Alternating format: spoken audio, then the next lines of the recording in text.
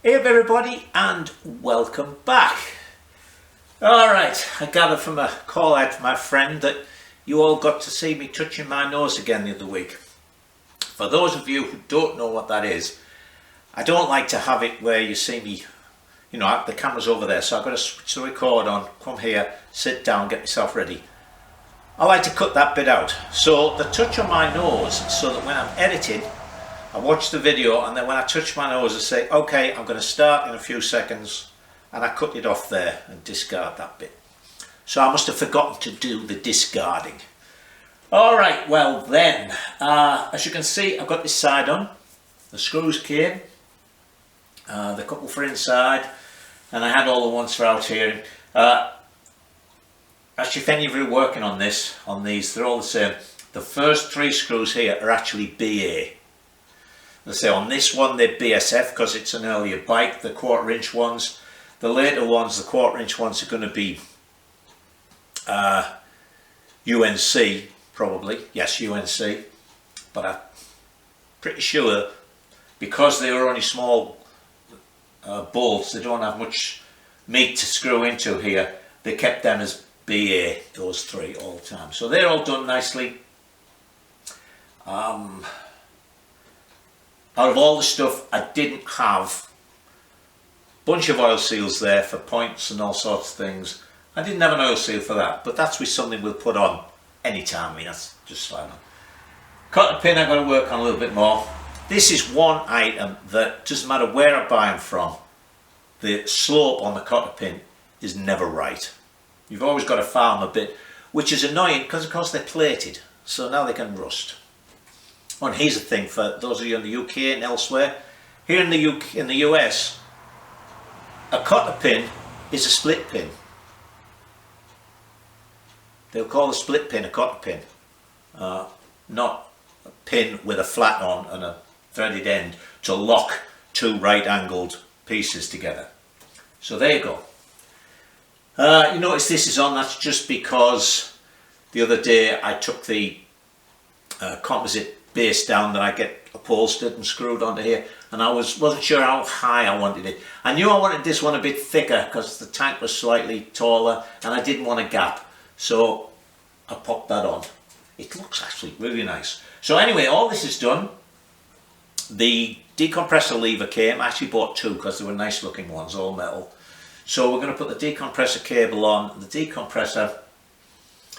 Then I think we'll do, well, the only things we've got left, apart from the tank and when the seat comes back, are those couple of mods that I'm planning to try and do on the carb. So, I had one comment that I'll mention now about the way I've got this. Won't the feed to the rockers drain back into the tank, and what about starting it after it's been stood a while? Well, to be honest, for any of you who've stripped an old engine, it's remarkable how long an oil film stays on things. Plus, these are always, things like the rockers are always a couple of hard surfaces or a bronze surface and a hard surface. You can run them for a while without any damage until the oil gets there. But this would drain back anyway, no matter how I put this, because the rockers themselves would drain over time. Obviously it would just gravity feed out of them, but also because these are connected to the atmosphere, if you like, that will drain back anyway. It'll drain back to the level of the tank. So that's why I'm not worried about that. Alright, I can't think of anything else, so let's, what did I say we're going to do? Oh yeah, let's lower this down a little bit and see about putting the decompressor lever and the cable on. Right, so that's the one I've got. It's made by Too Fast Moto. It's all metal, quite nice. So I've put it here for the moment. Depends on how much movement I've got. I tried it underneath, but I couldn't get to it easily. You know, it's not like a clutch, it's not something you're constantly using. So we'll leave that there. The other thing I had to do was the cable had a big nipple on it, and these are made for the sort of domed nipples, so I've had to shape that a little bit to get it to fit into there. Now these look slightly odd if you've never seen one of these compression cables. It looks as if it's backwards. That's because instead of the outer coming up to a stop, and when you pull the lever, the handlebar lever, that pulls whatever lever this is onto. In this one, that end screws into the stop, and when you pull the handlebar lever, because the inner can't move, the outer does, and that pushes. So instead of this end pulling an actuating lever, that end, the outer, pushes it. So let's go and put it on and see if we can get this set up. Again, to me, this is one of those things where BSA were a bit cheap. If you remember, they have a minor problem in the way this rocker box is. Don't worry, I haven't forgotten about that. I still have to get a longer one. Like the Enfield, for instance, which has a rocker box here and a rocker box there, and basically doesn't have this big chunk in the middle, so they can get the cylinder head here and put a proper decompressor in. There is enough space down there, because you can, I think for racing, some people put a central plug in these, so you could get it on. But this idea of a little arm that works on there is pretty poor to me. So anyway, what we've got to do as well, see, is that end goes in there. So this screws in.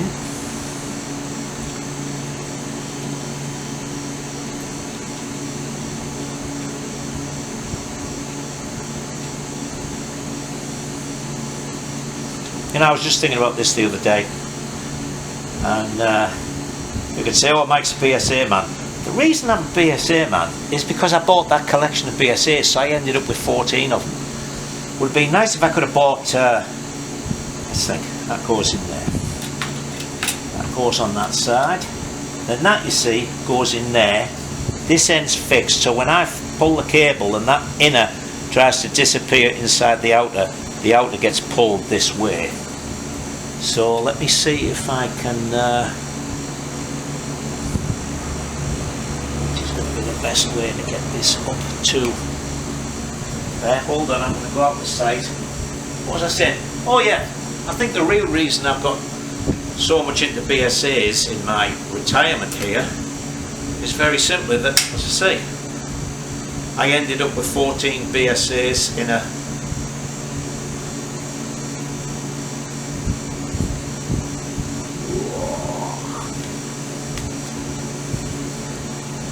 The only problem with not having a sort of, whoever made the levers,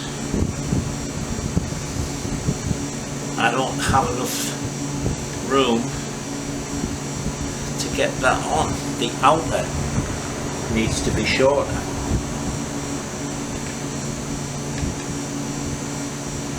I'm going to have to fiddle around with this. I'll bring you back when I've sorted out how to get it into the lever. At the moment, the outer is too, well, let me show you. I think it's because this perch is so long here that I don't have it. See, I don't have enough cable to get it into there, to get that into there. Hang on a minute, let me just try something here. Take that off there, put it in this end.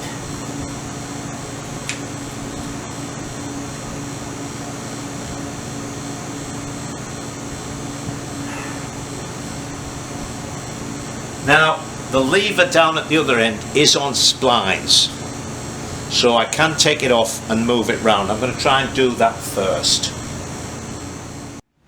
Well, this is one of those annoying jobs where the lever won't move far enough off its shaft to get it out with that in, I don't think. So I'm going to have to take the plate off. I don't know if I can push the shaft in enough to give me clearance.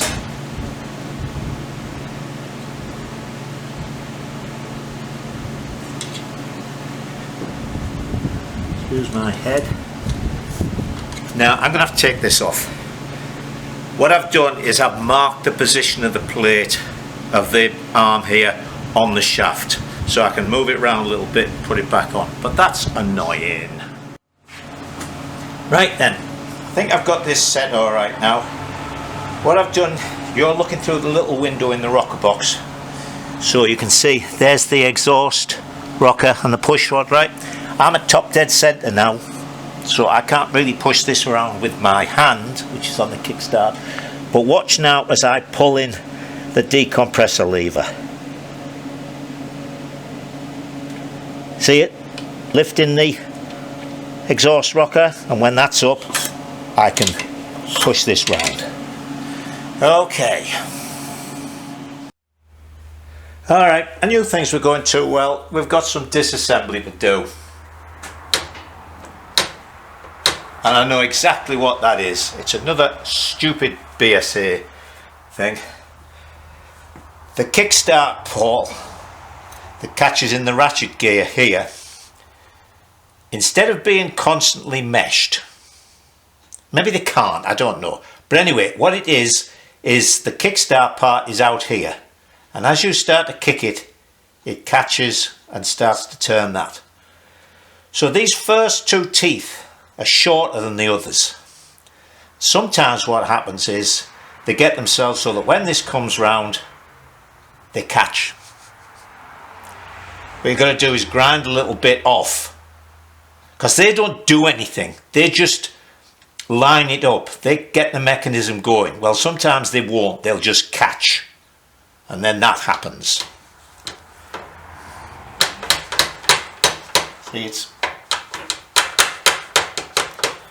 fortunately it's not a big job, and I don't even have to take, well yeah I do, I have to take the kickstart part out, which is a bit of a chew, because you know you've got that needle bearing in it which fits into the lay shaft or the main shaft, whichever one it is. Anyway, the main shaft.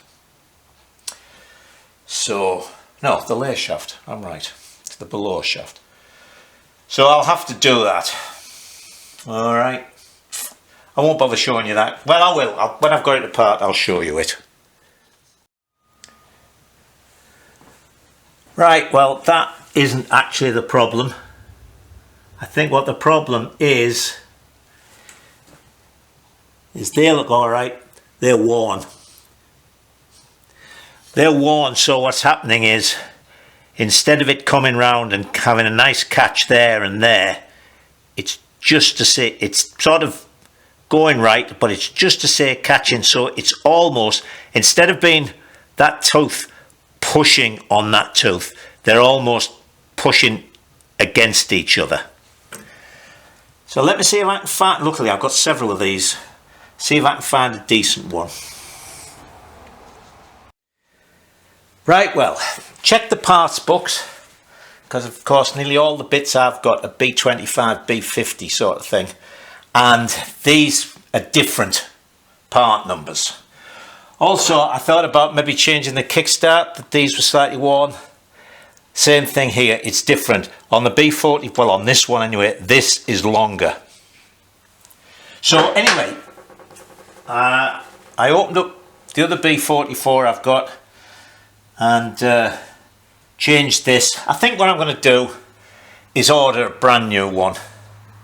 Actually, I ordered a brand new one of these one time before, and when I got it, the tops of the teeth had actually been machined off. Sorry, not these teeth, the teeth, these teeth here, I think it was those teeth, had been machined and didn't work at all. And I phoned my supplier, and you know, obviously he was surprised. He said, hang on a minute. He went off and he came back and he says, yeah, all of them are like that. The entire batch is ruined. So anyway, I've swapped them over.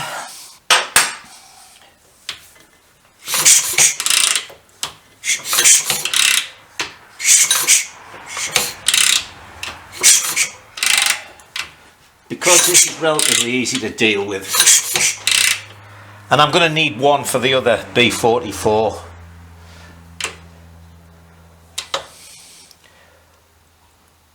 Right, I'll put this all back together. That way we can get everything finished and when we've got the carb done and what have you, we can get it running, and we'll see. I might order one, I might not. Alright, let me put it back together.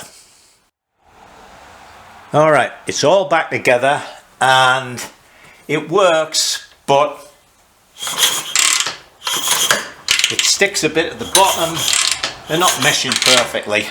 So I just phoned my main supplier and ordered the new kickstart part and the new ratchet, and of course the oil seal I'm missing.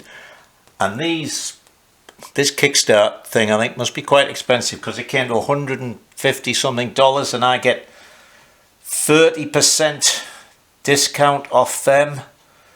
So what's that? How would I work that out? That's 2/3 of something, so it's a half.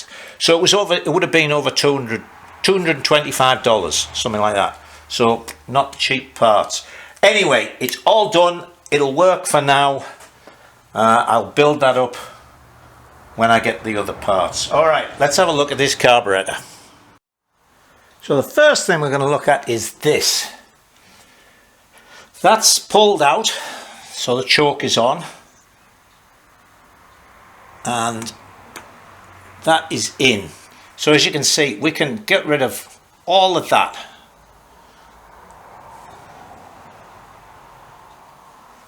So I don't know, I think I'm going to try drilling this end out. I'm not sure if this whole thing screws out, so we'll take it out and take it onto the bench. But I think what we need to do is to take off it. That's all the way in. I can make this go all the way in there. I can certainly take off a 1/2 inch, actually 5/8. That could be right up against that. Actually, that will squish up a bit more, so 5/8. I can take 5/8 off that. I think this is loose. Yes.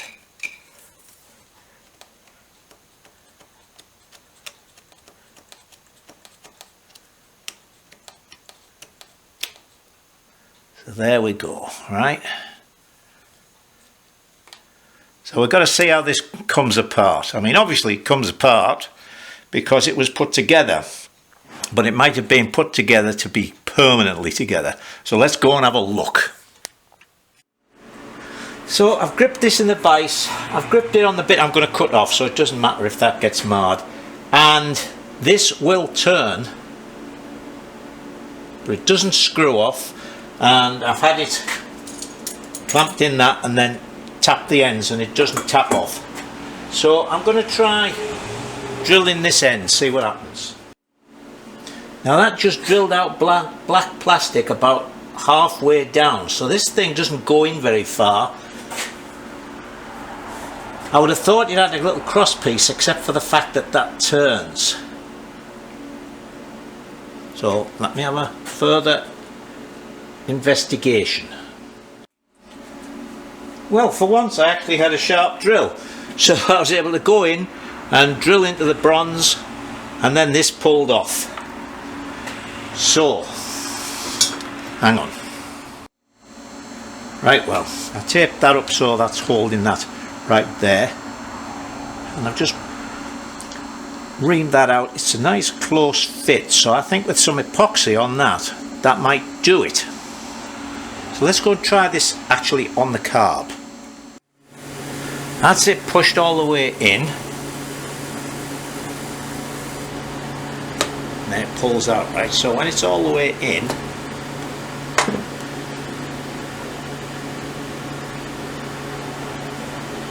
we can have that right up to there. Now I'll epoxy it on.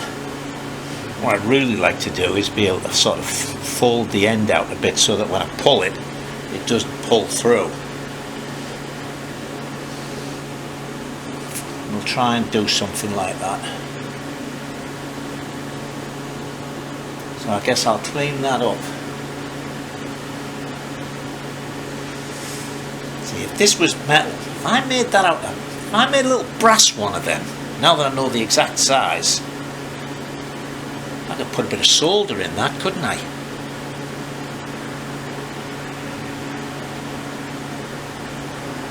and that's pulled out, wrap that rubbery bit in a wet cloth, something to keep that all nice and cool, heat this up, solder it on.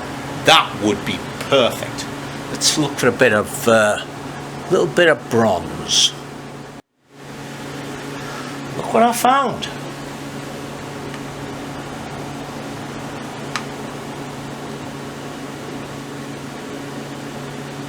Be about the same size. We just make a little shorter one of that. Whoa. Right. There it is. Pop that on there. Cut that off. I've put a little chamfer in the end so that'll fill up with solder, and hopefully we can solder that on. Leave it sticking out a little fraction so the solder will really take. But that's it for today, so we'll come out and do that later, and then we'll see about this thing. Right then, so here is my harebrained scheme for this. Water. I trapped the end of that in the vise, so actually it won't come out, so it sticks up a little bit. Then what we're going to do is we're going to, luckily there's a little bump under this. We're going to put that there like that.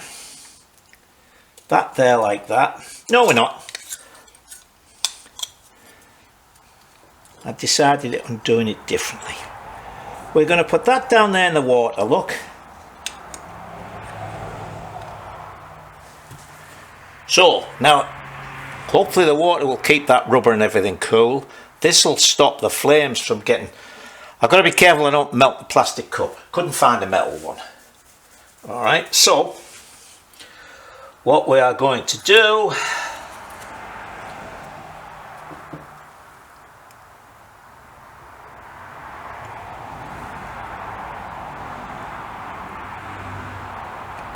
that should be more than enough flux. Something heat resistant would have been better, but I don't have anything heat resistant like that. The little noise you can hear is me trying to, there it is, like the propane thing. Right, so you ready to watch this go up in flames?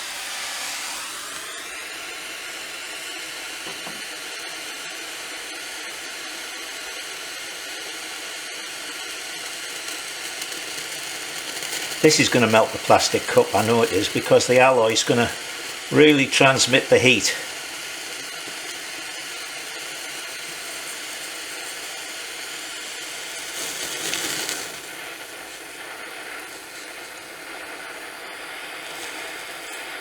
Oh, maybe not.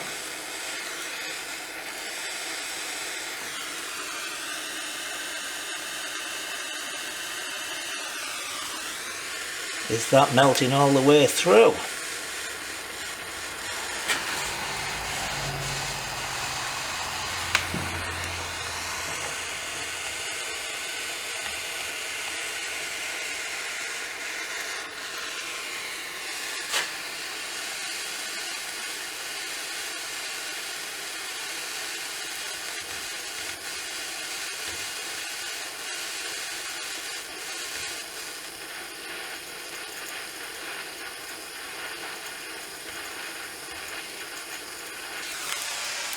Right,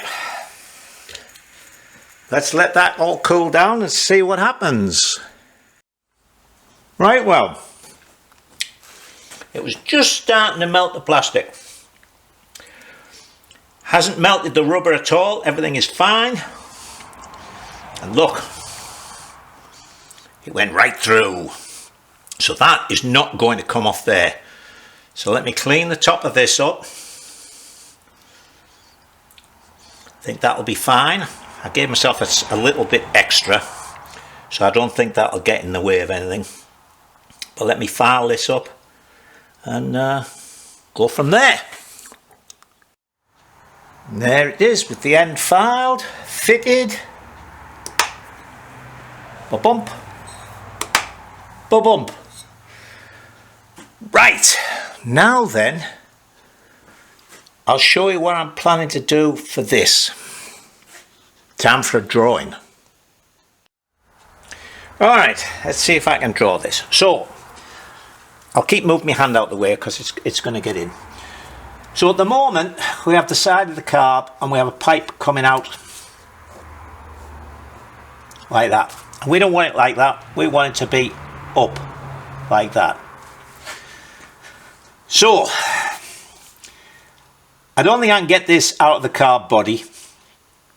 I'm sure it's just a press fit, but I can't get it out. So we're going to have to make something to do this right angle for us. Alright, so we're going to make sort of block to go on there. And this is how we're going to make it. We are going to take a piece of round stock. And the first thing we're going to do... Oh man, I'm drawing it wrong again. First thing we're going to do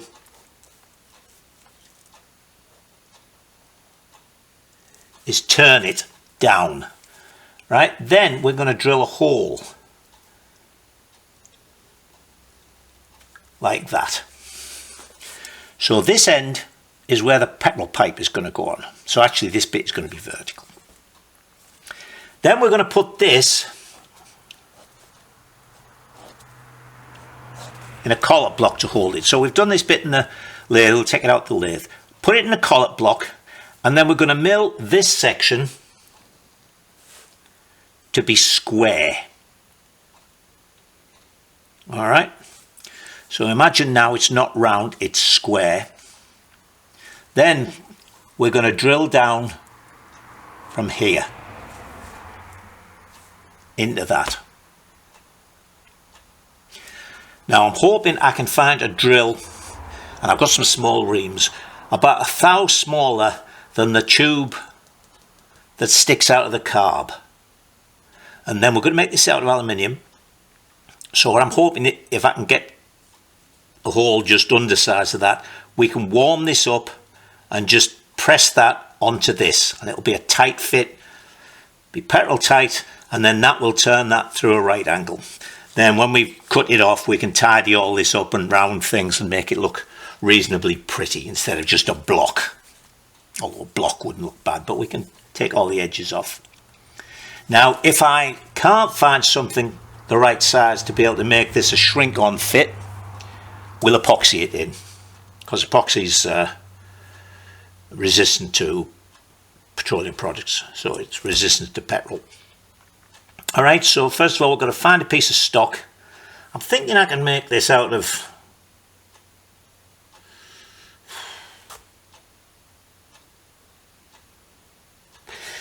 See, actually, when I make this, we're going to make it out of a really big piece of stock, because what I want to do is make this, when I make the square, if we look at the square, it's going to look like, from the end, it's going to look like this.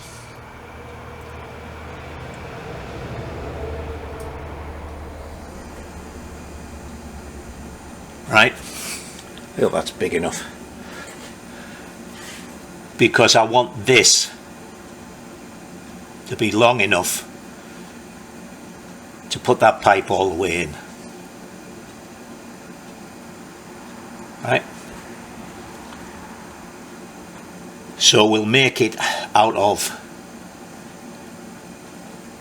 a big piece of round, and then when we put it in the mill, we'll do 3 sides smaller than this side, and then we'll drill into that side, and that'll give us enough to put that tube into. So let me go and find a bit of stock and we'll make some measurements. Alright, let's get some measurements. I'm chuffed to death with that. Okay, so this has got a little, what do you call them? Not exactly a barb, but it's got a swage there, so we'll have to cut that off. So the OD of this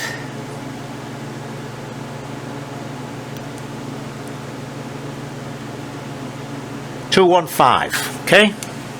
OD 0.215, and the ID is 1.33. You probably can't see that, so it's just over an inch.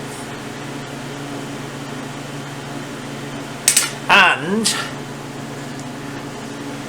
let's see, with that bit cut off there, it's going to go into our piece half an inch. Right, so it's going to push on there half inch, and then it's going to go up there. We want that to be, well, half an inch as well. I suppose they were expecting it to go on maybe 5/8, something like that. So that's half inch, not 0.5. Alright, so as I say, when we look at it from this end, it only needs to be a little bit wider than that, and a little bit at the bottom.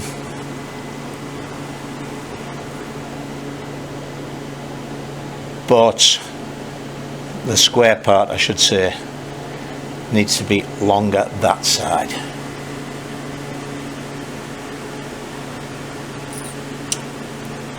Alright, let me go and look for, and how big about does that want to be when it's sorted? We'll make it the same size as that.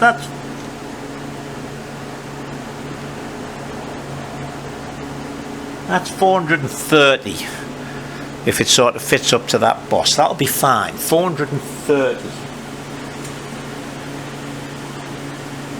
So that's the OD of the block. Alright. Alright. Billy all that.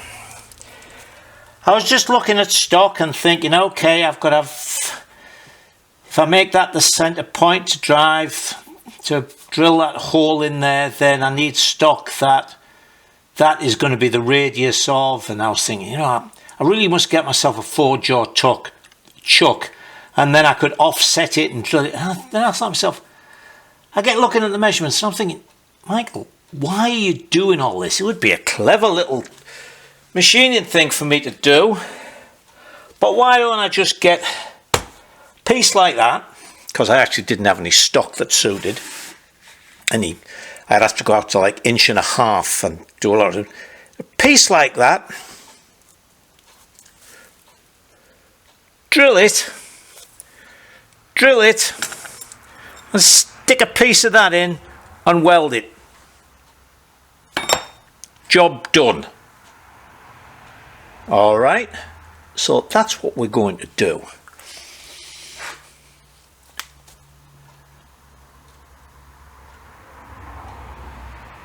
Yeah, that is so much easier. And actually then I can just drill this hole through and weld the end up. Yeah, that's what we're going to do after lunch. Right, so I used a little carbide burr to take the top of that off for the hole down there, and made that.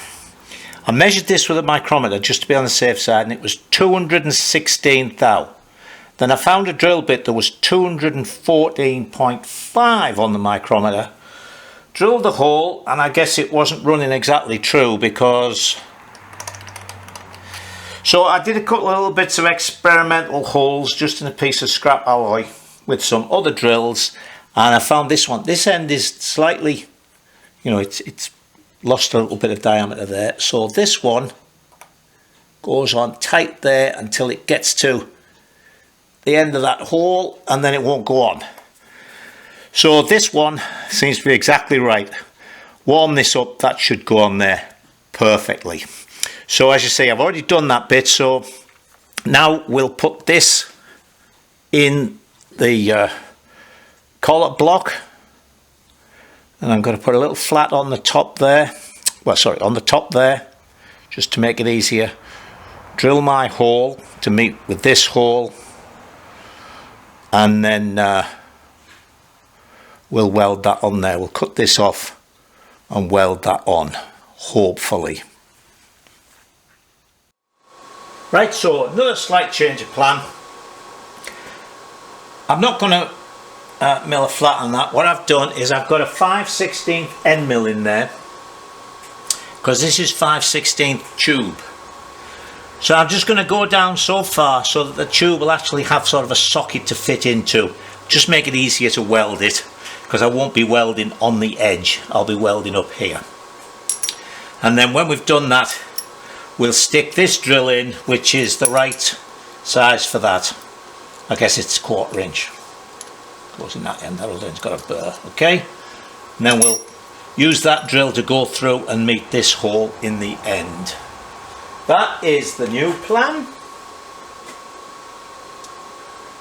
Let's set it in motion. How far do I want to go down? Hang on. Alright, probably wrong, but I think I can go down about 100 thou.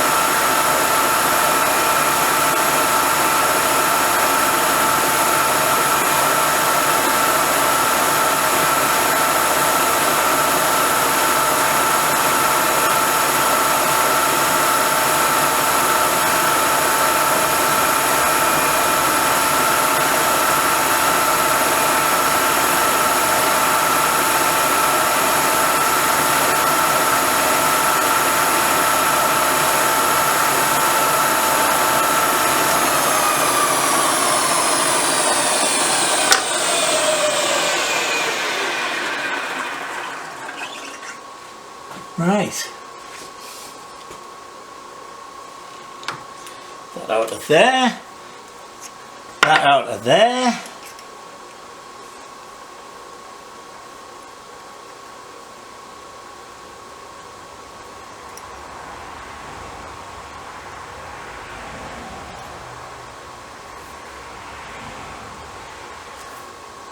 Okay.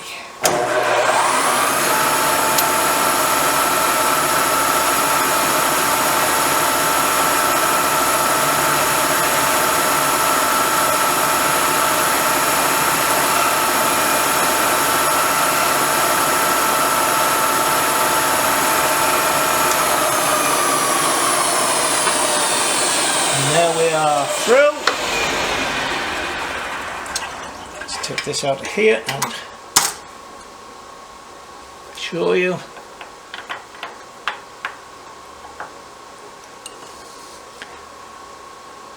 Can you see that? There's our hole through into that hole, and a nice bit for that to fit into nice and tightly. Alright, next step. Now it is all made, and at its most vulnerable stage, because now one mistake with the welder and I've got to start again. So let me see if I can get everything set up perfectly.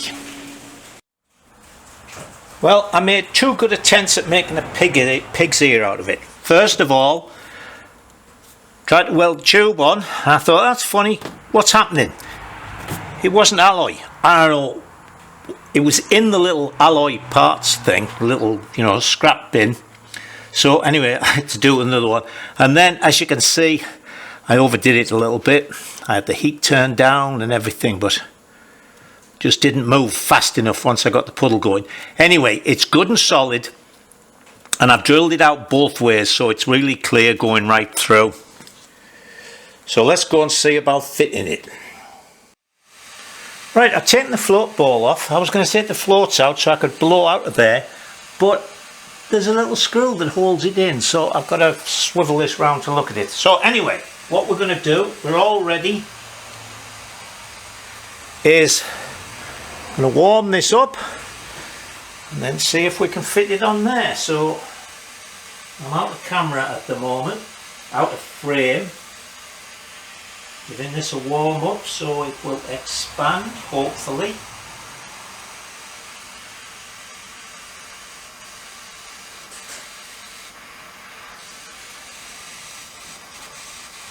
You know what, I've just had another FedEx delivery. This is the fourth one, and the delivery driver just leaves it leaning against the wall outside.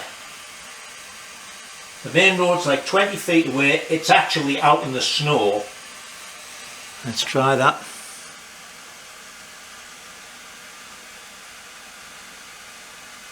Nope. So I phoned up after the third delivery was left like that. And of course, you know, the days are gone when you could phone your local depot and the local manager would have a word with the local driver and tell him to pull his socks up. No, now you've got to go to customer service and they fill in a complaint thing and a ticket and they give you a number.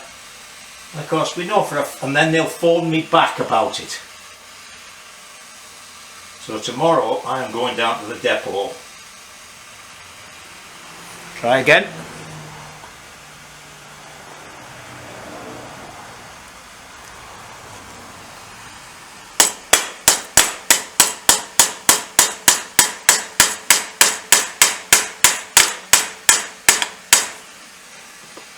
Make sure that.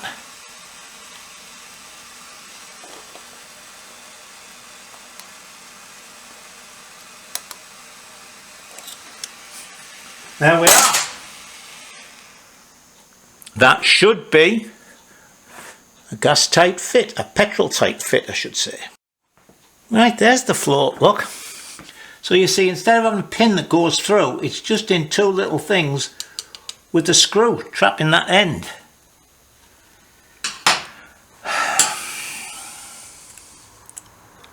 I nearly did it again, nearly pressed my thumb onto something that was hot.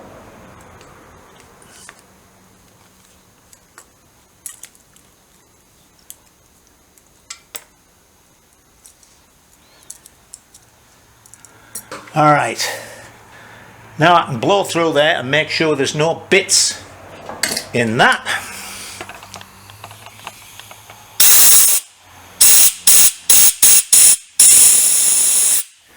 Excellent.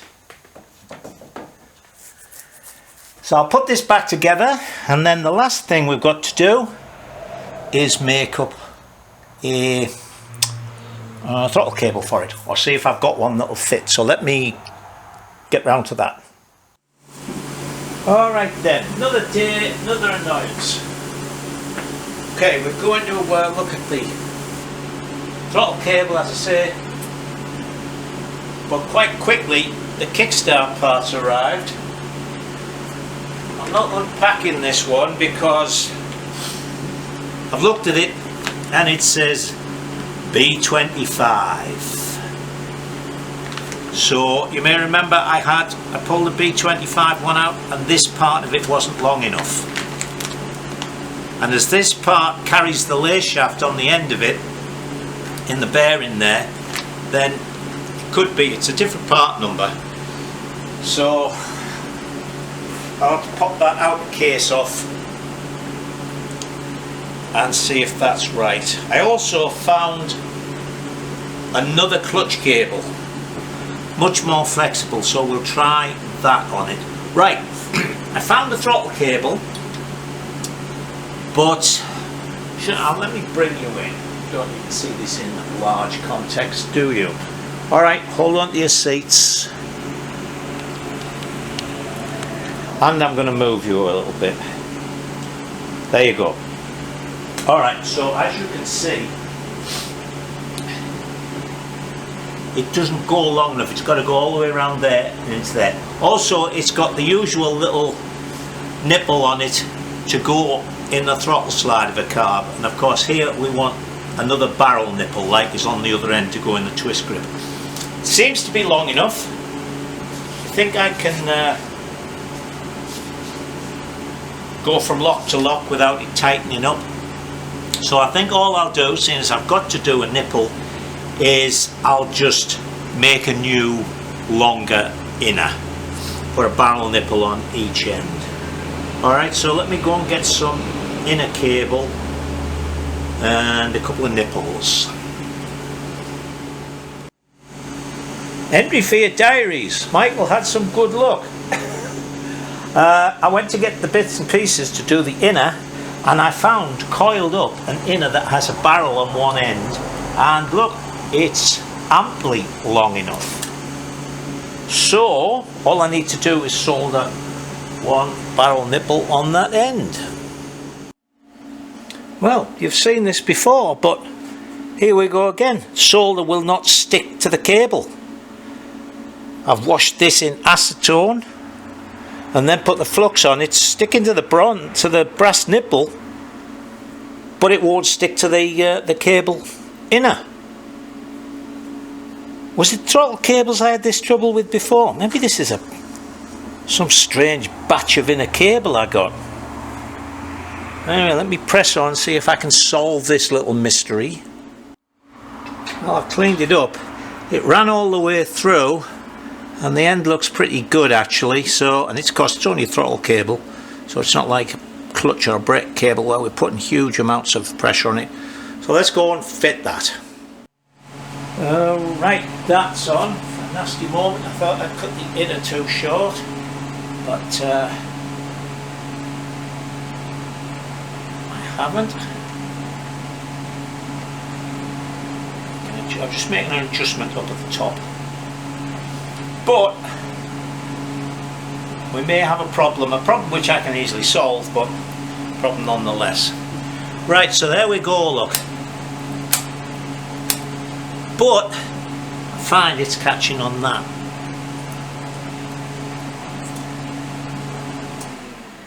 Now that's not a big problem, because we can always just cut a little bit off the top of this, just grind a little bit off there.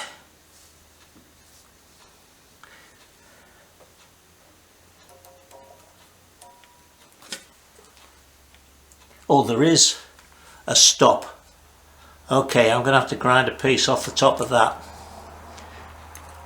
for that stop to come up to there. Isn't that bloody annoying? Not much, but a little bit. So let me do that. So that's that solved. I just ground a little bit off the top there, and now that comes all the way around and stops on the stop before it touches that. Okay, so there's that done. Let's have a look at this kickstart. Actually, I just looked at the invoice. I was interested to see how much it was. It was $150. But it says early B25, etc. So let's see. Right, well, I don't even need to take this apart to look at it. As soon as I took the kickstart off, I thought, wait a minute, this is 5/8. That's a 3/4 kickstart. So it is completely the wrong one. So let me give them a call and tell them. And see, I wanted to get that off them because they're the supplier I used to have when I was sort of working. And you know, it was $150 and I got it for $120, whereas if I buy it from Peter Quick, he might well have the exact right one, but I don't get any discount. Oh, on small things it doesn't bother me, but you know, saving $30 on a part is not to be sneezed at. Anyway, I'll do that. I'm going to try this clutch cable, get that done, and then go to lunch. Just had a phone call. From the upholsterer, saddle's done, so I'll collect that at the end of the week. Alright, so the mystery is solved. I just phoned British Cycle Supply, spoke to Chelsea, and she went off and spoke to the man. And what we've got here is a round barrel engine with a square barrel kickstart and outer cover. Unless the bushing, they maybe kept the same outer cover and just made a thicker bushing, but the round barrel, and actually I just went in the shed and looked at the other round barrel engine I've got, and it is 5/8. They went to 3/4 for the B44, the square barrel B44. So I'll take this off, put the new kickstart thing in, and see if I can. I've got a couple of bushes kicking around. I know I have. See if otherwise I'll just make a bush. I'm not going to mess around ordering more parts. It's a steel bush. I'll just make a new one. Alright, let me take this apart. Yeah, that's only a quick job. So there's the new kickstart quadrant in, new ratchet gear in, and of course it just struck me, now I need another kickstart lever as well, don't I? So we've got to go rummaging boxes again. Let me check the parts book for the part number for the outer cover. So there's the bush, taking it out. So I'm going to make a new one of these because it's a really simple bush. I was going to make it out of bronze because I had this bronze, which is nice. It's 1 inch. That's 1 inch. The lip on it is 1 inch. And then I thought, no, there's a lot of side loading on that shaft with the kickstart. Goes in that way with the kickstart hanging on the end of it. You know, when you get to the bottom, there's going to be a lot of, and that's probably why they made it out of steel of some description. So I have this nice, I don't even know what grade it is, but it's harder than normal, and you can see the finish on it. So, and this is inch, right? So we'll make it out of that, and we'll do that job after lunch. And there we have it, one new bush, same OD as that, same length and everything, but as you can see, that's going to take a 5/8, that was a 3/4. Alright, let me warm the case up and drop it in. Right, we'll just warm this up and drop the bush in.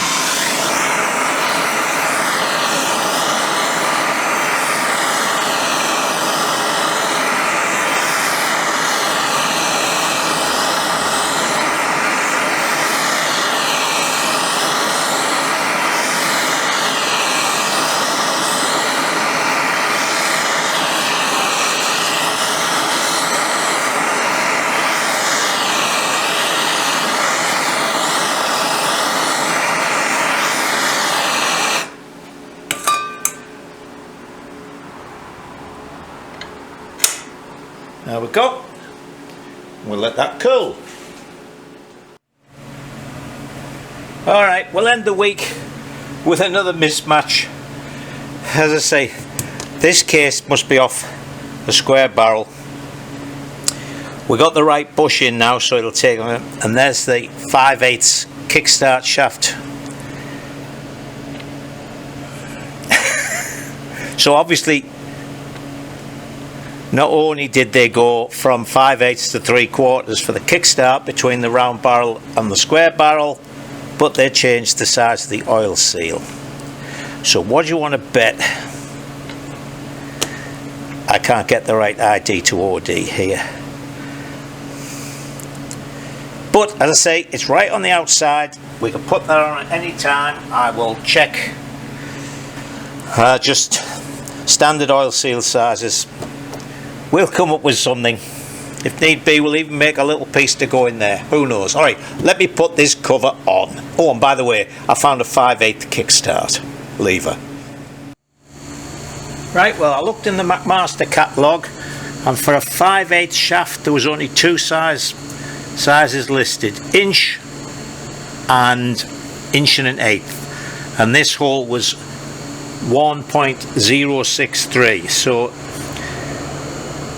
I thought, oh bugger it, I've done this much work on it, so I made a little sleeve to go in there that's 1.063 outer ID and 1 inch, 1.063 outer diameter and a 1 inch inner. So now we've got an oil seal in, let me put this on. So there it is, all back together finally. Now then, there's the kickstart I found for it, and as you can see, it's not only a bit short for kicking this over, but it's too far back. It's going to be right where my foot is. The other one, excuse me, I had put a bend in it. See, that went like that. So I could do that, but that doesn't alter the fact it's a bit short. Now what I did on the Triumph actually was I cut the knuckle off, or should I say I cut the spline piece off that fits the Triumph, pardon me. Then I got a Japanese one that swiveled at the bottom, cut the knuckle off that and welded the two together. Might do that this time. But everything works fine. I've put that more flexible cable on. They're very long. I thought that with the higher bars on it wouldn't be a problem, but it's difficult routing them because they're so long. But anyway, we can work on that. If the worst comes to the worst, I might shorten the cable. Okay, so anyway, that's the engine done. For those people who always worry, did I do things like, did I put the grommet on the chain case on the other side? Yes, I did that. Everything gets tightened up, don't worry, nothing's missing. I still haven't got a long Allen bolt for that top, but that will get done as well. Alright, so starting next week, it is 100% tank.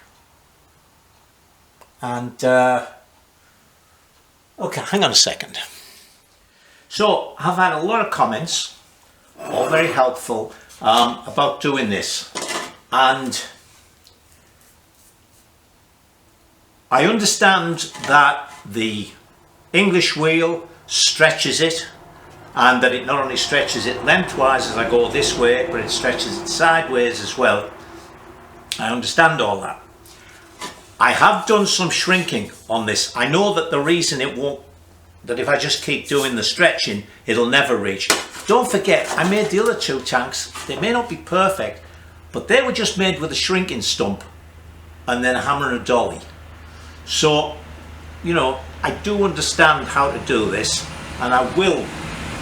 What I'm going to do is give it a bit more thinking about before I actually start cutting this, and see if I can't get all this shrunk and work around, because, you know, it's a few dollars worth of alloy if I mess it up. So let's press on with that. I'll see if I can't get it to fit somehow. And then, you know, it's one of those things. It is, as I said, you know, it's like truing wheels. I know exactly how to true wheels. And I do true my own wheels and they come out perfectly. But it takes me quite a while to do it, whereas, for instance, the older chap that used to, well, he probably wasn't old, just I was young, back in the UK, I'd lace a wheel up, take it to him, put it in the stand, spin it, stop it tight, spin, stop tight, spin, stop tight, and in about 5 minutes the wheel was true. And then he'd make a couple of alterations for the offset. So, or to continue waffling, snooker. I'm a big snooker fan, love to play snooker. Where I used to live just outside of Philly, there was a pool hall that had a snooker table. and I used to go there and play. But I understand snooker 100%. When I'm watching, and I'm going to show my age now, like Steve Davis and Dennis Taylor and them, I could tell you the next 4 shots. I knew exactly what angles he was going to choose, where he was going to put the white ball, you know, how he was going to come off a colour to break the reds. I understand it 100%. Can I do it? No. So this is a little bit like this. I know what I'm trying to achieve, and I say that would be nice to have somebody come in for, not even so much to go on a training course, but have somebody to come in for an hour and just say, okay, you're trying to do this? This is what you're going to do. Because don't forget, I'm not going to start making Lamborghinis. I'm going to make some petrol tanks for trials bikes, and they're basically all going to be the same. Anyway, enough of that waffling. That's it for this week. So until next week, and we're coming up to Christmas, so I'll probably have a little break. I don't know what we're going to do. I know we're going to Baltimore for Christmas, so we'll be away the Sunday. Anyway, until then, stay safe and enjoy yourselves.